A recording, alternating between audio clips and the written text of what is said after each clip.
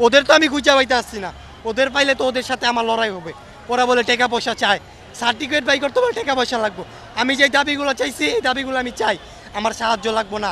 আপনারা বাংলাদেশের মানুষ আমাদের পাশে আসেন, আমার ভাইয়ের সাথে কি হলো এটার জন্য আমাদের সাপোর্ট করেন। আমরা করতে পারি না কিলা না না না আমরা করতে পারি না কি লেগা। ওই যে ঢাকা যেন যে হাসপাতালে রাখছে একটা কাগজ আছে না, ওটা কি কয় দেখ বলি, হ্যাঁ ওইটা আমরা গেছিলাম ওইটা আনতে, ওইটা আমাদের দেয় না।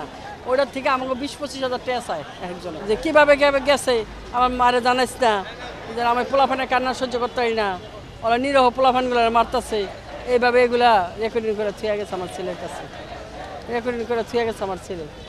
তাও যদি তোরা দিতে আমার বেশি না, 10টা দিনও যদি রাখতি, মোহাম্মদ কত দূর ওখান থেকে ফোন দিলে আমরা ঢাকা মেডিকেলে লয়ে যেতাম। তো 4 দিন ওরা হচ্ছে, 3 দিনের দিন 4 দিন মারি চালাইছে। তারপর আঞ্জুমানে গেছিলাম, এই আঞ্জুমানের থেকেও কিছু আঙ্গ দেয়নি, পাইনি আমরা। আঞ্জুমানের 5টা কবর কইছে আমার ভাই, আমার মাজার ছিল চিকিৎসা বাচ্চার কিছু আমার ভাইয়ের কবর কোনটা কইছে এই 5টা কবর আপনার মাইনে নেন। বিয়া করে নাই এই ছেলের, হলো আমরা বাইরে আসলো কাবিন করে রাখছি। এই যে মনে করেন এই কিছুদিন পরে আমরা এখন বিয়া করে রাখতাম। ও তো বিয়ের সাথেই হয় নাই, বউ আনতাই নেই, কাবিনই ছিল।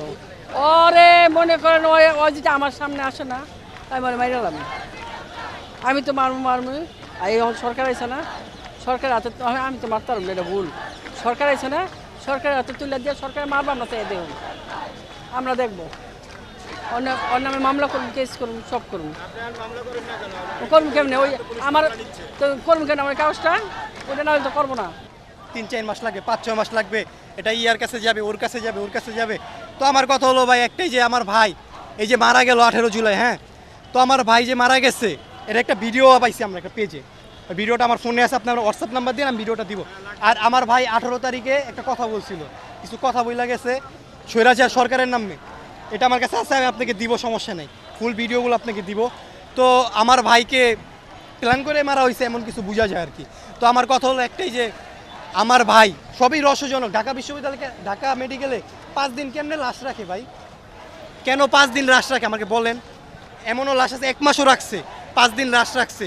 আর আঞ্জুমানে গেছি তো কাহিনী হয়েছে হলো আপনার 18 তারিখ বাসার থেকে বের হয়েছে, বের হওয়ার পরে আমরা আর খোঁজ নিই নাই, যেমনি বের হয় আর কি, বের হওয়ার পর আমরা কোনো খোঁজ নিই নাই। তো আপনার 20 তারিখে আমরা ঢাকা মেডিকেল গেছি, আমি আমার মেজো ভাই। তো যাওয়ার পর আপনার দেখি ঢাকা মেডিকেলে পুতুলের মতো, মানে মানুষ বললাম না, মানুষ বললে তো ঘুনায় যাবো এমন অবস্থা, পুতুলের মতো একটার উপরে লাশ, মানুষই কিন্তু পুতুল না, একটার উপরে একটা লাশ ফ্রিজে রাখছে। তো এত লাশ দেখলাম, আমার ভাইয়ের লাশ দেখলাম না। তো সবই রহস্যজনক হইতাছে। পরে আপনার ওখান থেকে আসছি, মানে কতটা আপনার রিস্ক লয়ে আমাদের মোহাম্মদবাগ থেকে রায়েরবাগ থেকে কাজলা শনি একরা এগুলো সব হয়ে আমরা ঢাকা মেডিকেল আসছি। যাত্রাবাড়ি কিন্তু তখন প্রচুর গ্যাঞ্জাম ছিল, গোলাগুলি হইতাছে আমাদের সামনে, ওই অবস্থা আমরা আসছি লুকায়। তো আমার কথা যে একটাই, যে 21 তারিখে আমাদের ফোন দিছে একজন লোক, এর মধ্যে আপনার অনেক প্রতারক চক্র আমাদের ফোন দিছিল। ফোন দেওয়া বলে কি, ভাই এমন আপনার ভাইয়ের লাশ পাওয়া গেছে, 5,000 টাকা লাগবে, ইমার্জেন্সি ঢাকা মেডিকেল আনতে হবে হেলিকপ্টার দিয়ে। তো এগুলো শোনার পর আমরা আর কারো বিশ্বাস করতে পারি না। তো এর মধ্যে 21 তারিখে একটা ফোন আসছে যে আপনার ভাইয়ের লাশ বেয়ারিশের একটা লাশ পাইছে, যে ছবিটা, ওই লাশটা পাইছে ঢাকা মেডিকেলের ছবির, মানে বেয়ারিশ লাশের ছবি পাইছে, আপনারা আসেন। তো আমার ভাই গেছে, আমার মেজো ভাই গেছে, আমি যাই নাই, মেজো ভাই গেছে। যাওয়ার পরে ওই ছবিটা সংগ্রহ করে আনার পরে আপনার ওই ছবিটা যখন দেখার পরে দেখি কি এটা আমার ভাই, মানে চেহারা ফুলে গেছে। তো তারপরের দিন আমি নগদ ভাইয়াকে বলছি, ভাইয়া কান্দা অবস্থা, তো এখন যদি আমার মাকে বলি মা তো পাগল হয়ে যাবো পুরা। তো আম্মুরে বলি নাই, পরে এর মধ্যে ভাইয়ের বলছি ভাইয়া আমরা আঞ্জুমান যাবো সকালে। তো আঞ্জুমান মুফিদুল ইসলাম কাকড়ে লেগেছি আমরা। তো ওখানে যে কামরুল ইসলাম স্যার যে মেন, ওনার কাছে গেছি, আমরা বলি না আর কি যে এটা এমন পাইছি, কারণ ওনাদের কাছে ফাইলটা আসছে নাকি আমরা দেখি, যাচাই করি, সবই তো সন্দেহজনক। তো তারপর আমরা গেছি, যাওয়ার পরে আপনার ওই ফাইলটা দেখাইছে, অনেক ফাইল দেখাইছে, ওই ফাইলটা আমরা সাইড করছি।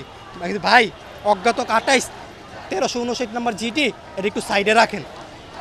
তো আপনার সাইডে রাখার পরে বললাম ভাই এটার ডিটেলস কীভাবে কী, ভাই এটা 23 তারিখে ঢাকা মেডিকেল থেকে আমরা আঞ্জুমান মুফিদুল ইসলাম আমরা আনার পরে 24 তারিখে আমরা দাফন করছি মোহাম্মদপুর বুদ্ধিজীবী কবরস্থানে। তো আমি কি বলছি শুনেন, আমি এটার পরে বলছি যে ভাইয়া আপনারা যে কবর দিচ্ছেন ভালো কথা, তো আপনারা যে কোনো সাক্ষী রাখেন নাই কবরের, মানে কোনো একটা প্রুফ রাখেন নাই, যেমন আপনার অজ্ঞাত 28 জিডি নাম্বার 1360 বা ছবি দিয়ে কোনো চিহ্ন রাখছেন, ভাই এত কিছু ডিটেলস আমরা দিতে পারবো না, এত কিছু আমরা রাখি না, আমরা আঞ্জুমান মুফিদুল ইসলাম এত কিছু রাখি না আমরা। তো আপনারা রাখেন না, ভালো কথা, তো আপনারা তো পারতেন।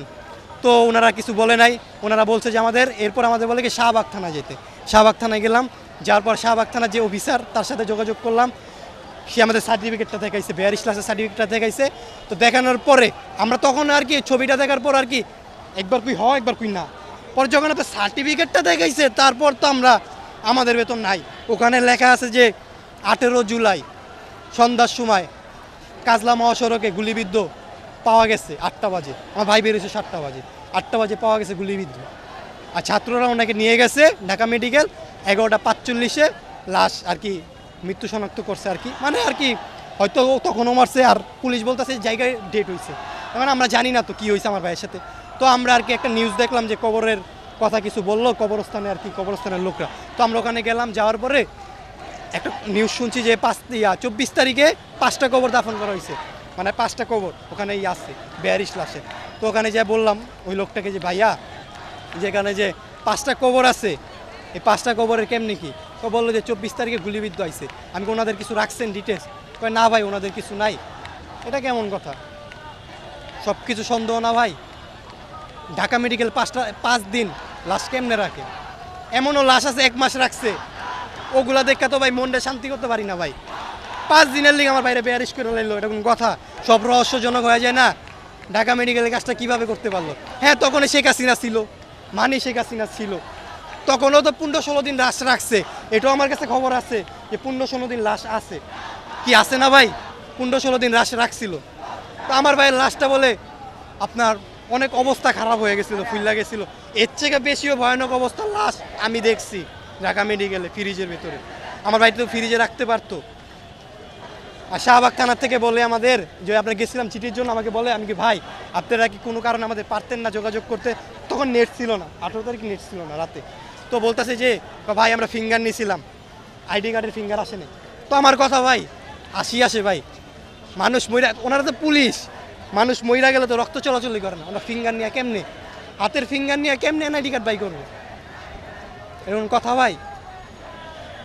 তো ভাই আমার দাবি একটাই, আমার দাবিগুলো হলো যে আমার ভাইয়ের সাথে কি হইলো এটা আমরা জানতে চাই প্রথমত, আর দ্বিতীয়ত আমার ভাইয়ের কবর কোনটা এটা আমরা জানতে চাই। আমার ভাইয়ের দরকার হলে আমার ভাইয়ের কবর উঠায় ডিএনএ টেস্ট করতে হবে, আর আমার ভাইকে কারা কিভাবে মারলো এটা জানতে চাই, আর এটার পিছে কারা কাদের কাদের হাত আছে, আর এটার পিছে যদি মাননীয় শেখ হাসিনা রক্তচোষা, আর শেখ হাসিনা কইলো ভুলে রক্তচোষা ও, আর সাপোজ বুঝাই যদি বাংলাদেশের মানে ওয়ার্ল্ডের প্রেসিডেন্টও থাকে যদি এটার ভেতর হাত, ওরা আমি ছাইরা কথা কম না, ডাইরেক্ট বলতেছি ভাই, ভিডিও করতেছেন না, ডাইরেক্ট বলতেছি ওরা আমি ছাইরা কথা কম না, গুলি করবো আমার গুলি করা লাগ, আমার বাসা রায়েরবাগ মোহাম্মদ পাক আই আমার গুলি করা লাগ, ওপেন কইতাছি, ডরাই না ভাই, মইরা যামু বুঝেন না ভাই, ভাইয়ের বিচার নিমুই। আর যদি আজকে ভাইয়ের বিচার না নিতে পারি সারা জীবন আফসোস করবো, যখন বুঝে হমো তখনও নিজে আফসোস করুম যে আমার ভাইয়ের বিচার পাইলাম না। কনে কনে ভাইয়ের কথা মনে পড়বো, আর ভাইয়ের কথা মনে পড়ে ভাই আমার বলবো যে নাবিল আমার বিচার পাইলি না, আমার বিচার পাইলি না, এটা নিজের কাছে মনে করুম, নিজের কাছে কেমনে মানবো ভাই, নিজের ভাইয়ের লাস্টও পাইলাম না, কবর কোনটা এটাও জানি না। এই ডিজিটাল বাংলাদেশ, এই যে সার্টিফিকেট, ডেথ সার্টিফিকেটের জন্য আমরা আর কি, এটা তো ওয়ারিশভাবে আছে, আমরা 42-এর জন্য কাগজপত্র জমা দিচ্ছি, এই যে দেখেন ওনাদের সিগনেচার ঢাকা মেডিকেলের। তো ওনারা বলে যে আজ না কাল, কাল না পরশু এটা ইয়ার কাছে যাবে, তথ্যমন্ত্রী ইয়ামন্ত্রী এদের কাছে যাবে, যাওয়ার পর আরে ভাই শহীদ তো হয়েছে দেশের জন্যই, আপনারা চাইলে সবই পারেন, আপনারা করবেন না কিল লাগা ভাই, আপনারা খুচা মেরা কথা কইবেন, আজকে সরলভাবে গেছি এলা কোনো কথা নাই, এটাই তো বুঝাইতে চাইতেছে। আর আম্মুর কাছে শুনছি কারা কারা বলে বাসায় আসে, ওদের তো আমি খুঁজা পাইতে আসছি না, ওদের পাইলে তো ওদের সাথে আমার লড়াই হবে, ওরা বলে টাকা পয়সা চায়, সার্টিফিকেট বাই করতে বলে টাকা পয়সা লাগবো, আমি যে দাবিগুলো চাইছি এই দাবিগুলো আমি চাই, আমার সাহায্য লাগবো না। আপনারা বাংলাদেশের মানুষ আমাদের পাশে আসেন, আমার ভাইয়ের সাথে কী হলো এটার জন্য আমাদের সাপোর্ট করেন, আর আপনারা মিডিয়া আপনাদেরকে বলতেছি আপনারা আমাদের সাপোর্ট করেন, আমার ভাইয়ের সাথে কী হয়েছে এটা জানতে চাই।